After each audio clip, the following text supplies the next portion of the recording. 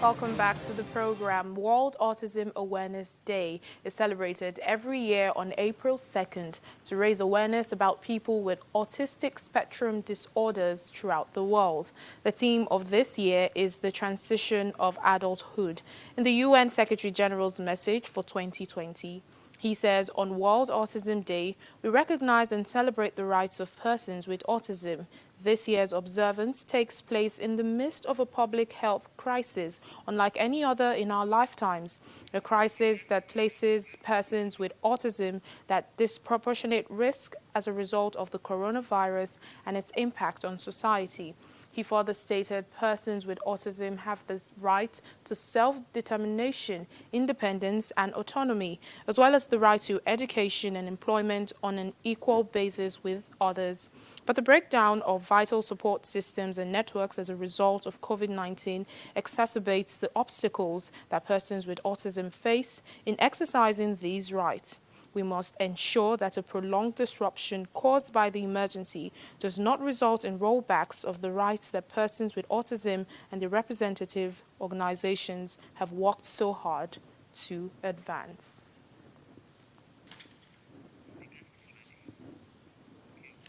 Well, Dr. Mashudat Bello Majid, she is an autism expert and the consultant psychiatrist at the CAMS Autism Center of the Federal Neuropsychiatric Hospital here in Lagos. She joins us now. Thank you so much for speaking to us on the program. Before we get on to the UN's message for the year, let's talk about the theme, the transition of adulthood, and the message behind it. Thank you very much. Talking about the theme, the transition to adulthood for autism spectrum disorder. Autism spectrum disorder is a medical condition that affects a child at a very early life, and it affects virtually all the aspects of functioning of the person, specifically in the area of social interaction, communication, and some repetitive behavior. So essentially, when a child is affected at a very early age, invariably it it is pervasive throughout life, it extends into adulthood. So those skills and those abilities, those activities expected of an adult, it goes on into adulthood in terms of the impairment. Now, that transitional stage is a very challenging period for the affected individuals. For example, in terms of the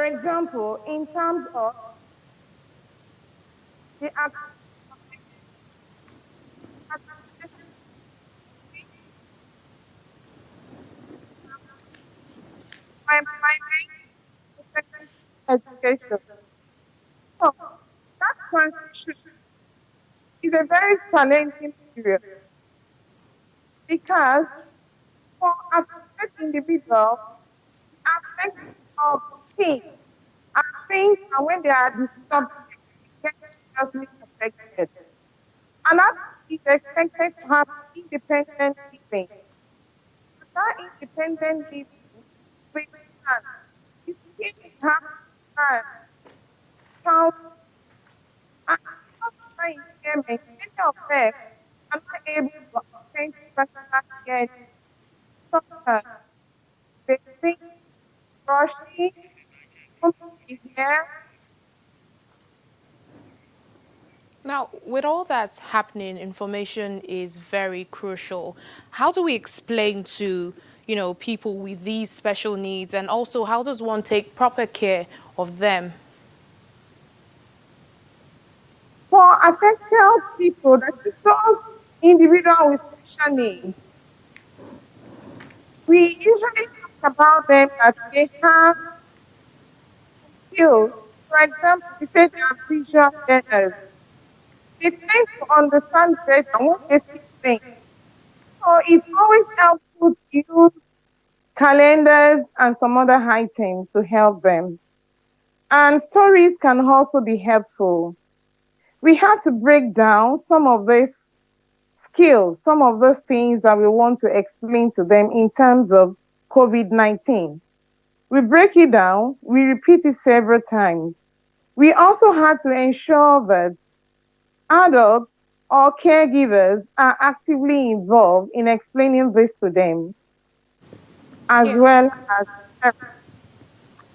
Yeah, and several events that normally take place at this time of the year to, raise awareness have been put on hold because of the COVID-19 lockdowns around the world. But like the UN Secretary General says, the message shouldn't get lost in all of this.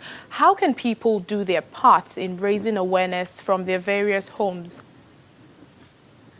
Thank you. That's a very important aspect of helping them. The physical aspect of the awareness can be controlled.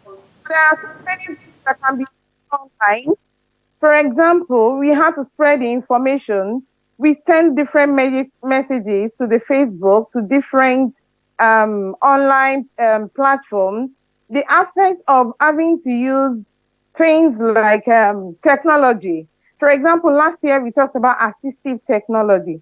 Having to use technology such as online learning, the therapists and the caregivers, they have to be more actively involved. They need to work together such that this is ongoing despite the fact that we can't go on this. So, for example, there's a school where we talked about the teachers or the therapists having to go online to ensure that some of these sessions are ongoing. They put up some video, they put up some virtual activities for them to see, and they send it to them. They also take assignments from them.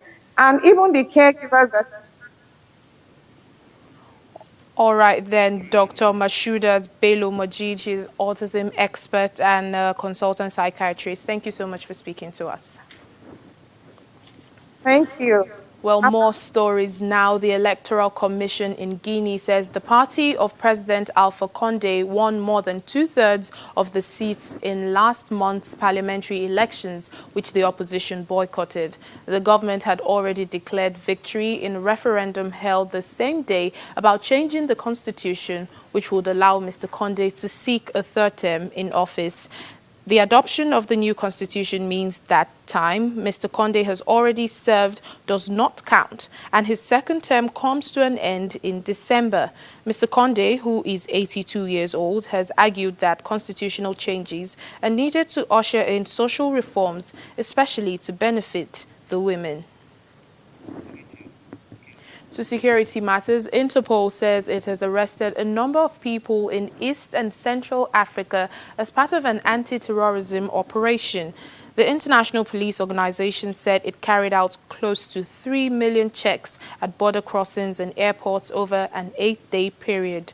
5 people wanted by Interpol were arrested in the Democratic Republic of Congo, including one wanted in Europe for serious organized crimes. Suspects in Kenya, Tanzania, and Uganda were also targeted. Violent Islamist groups operate across the region, including the East African group Al-Shabaab and the Allied Democratic Forces, which is based in the Democratic Republic of Congo. And Côte d'Ivoire says it is determined to stamp out child labor in cocoa plantations as the U.S. threatens to ban imports from countries that flout the law. The country is the world top producer of cocoa, and a cut in exports would have a devastating effect on the industry that relies heavily on exports to the U.S. Last January, police launched a major operation to crack down on child labor in the cocoa plantations around Abisio, southeast of Ivory Coast, the world's top cocoa producing country. U.S. customs authorities have asked cocoa traders to report where and when they encounter child labor in their supply chains in Ivory Coast, 3 industry sources said, following calls from American lawmakers to ban some imports. Cocoa traders and chocolate companies, including Mars, Hershey, Cargill, and Barry Callebaut, have repeatedly missed international agreed deadlines to eradicate the worst forms of child labor from supply lines in West Africa, blighting the sector's image. We have intercepted a woman. She says she's the little girl's mother and that she's around 7 years old. She also says she has not gone to her classes this year because they can't afford school. So we took the girl with us and her mother so that she can prove to us that the child should be in CP2 class, find her papers at least to see if she did go to school at least last year. And if we can, since the school year has already started, we will see if we can put her back in class. As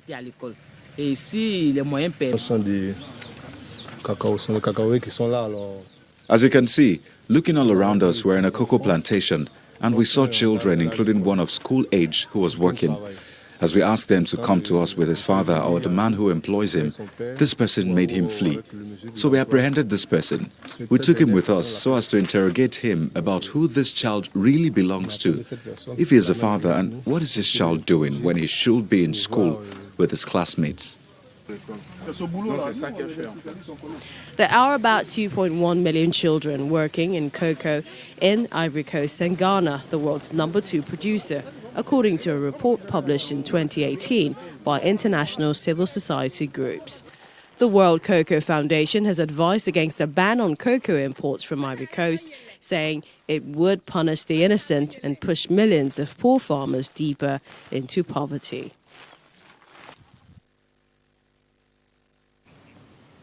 Well, that's it on the program today. Thank you very much for watching. I'm Layo Adegoke.